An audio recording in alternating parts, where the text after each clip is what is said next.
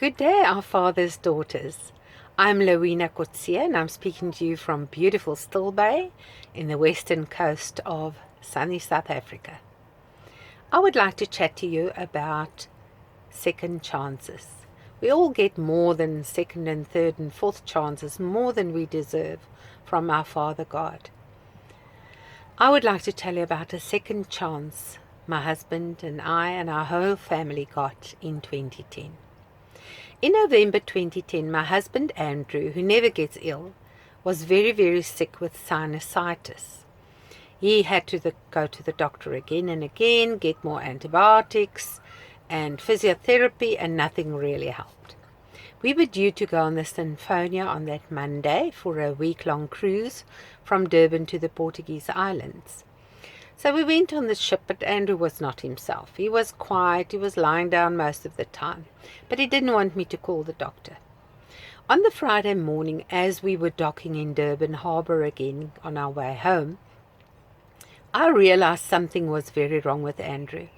And to make a long story short, Andrew was taken by ambulance to a hospital where they diagnosed after x-rays that he had had a stroke, because the fluid from the sinusitis went right up into his brain here on the left side, and there was a whole big spot there. They couldn't operate because his fever was too high, so they put him in isolated ICU because at that stage they thought he had meningitis as well. So on the Friday morning was the last time that Andrew spoke to me. The Saturday he did not speak at all. He was very, very ill. On a Sunday morning, very early, a neurosurgeon phoned me and he said to me, I must come to the hospital immediately to sign papers because Andrew is now in a coma and they have to drain his brain.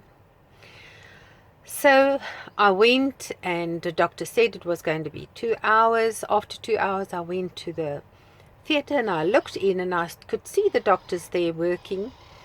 And then a very strange thing happened. A very dark Indian man, a male nurse with a uniform, came towards me and spoke to me in perfect Afrikaans, my home language, and he said to me, "Are you waiting for someone?" I said, "Yes, my husband's in there. They're busy with brain surgery." He came closer to me and he pointed his finger and he said to me, "Don't believe what the doctors say about your husband.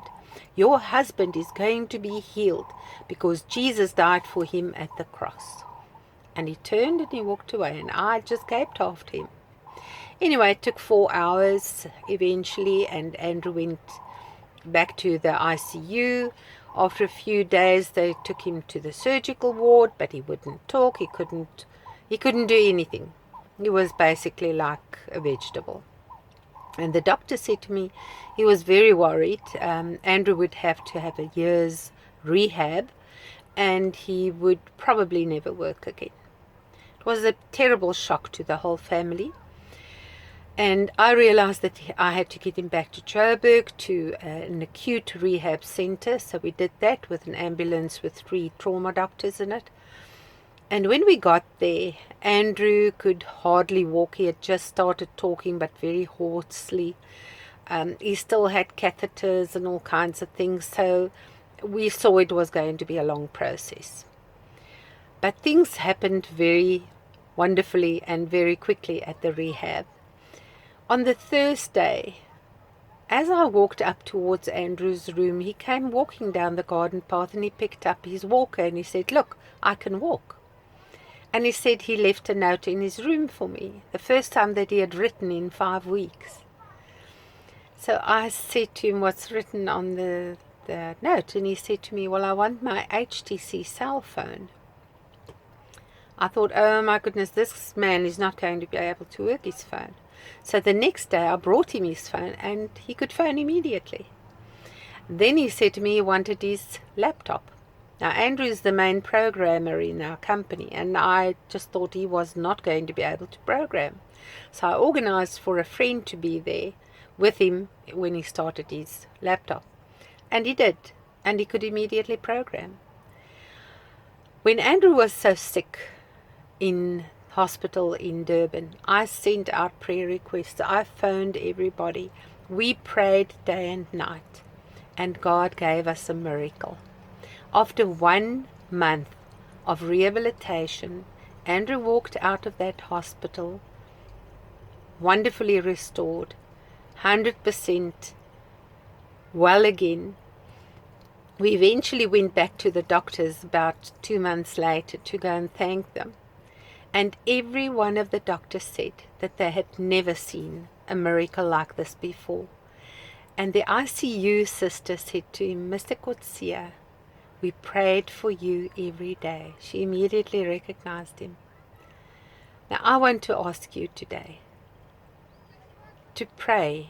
If you are in a bad situation, ask God for your second chance and do a little bit of study.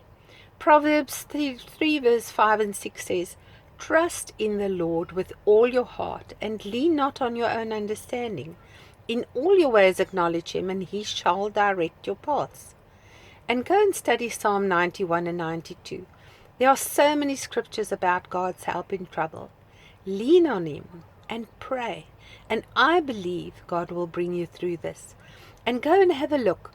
See in your past life where you had very difficult times. Make a list of them. And make a list of how you got out of them. And see how God had brought you through. And gave you second and third and fourth and fifth chances. I want to bless you.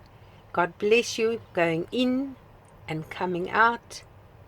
And I'm praying for your miracle as soon as I switch this video off. Bye.